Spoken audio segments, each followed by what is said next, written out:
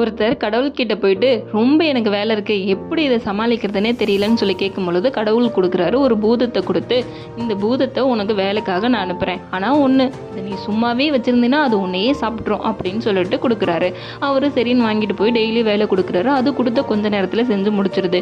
மீதி நேரம்லாம் சும்மாவே இருக்கனால எங்கே இது நம்மளை சாப்பிட்ருமோ அப்படிங்கிற பயத்தில் திரும்ப கடவுள்கிட்ட போயிட்டு அவர் கேட்குறாரு.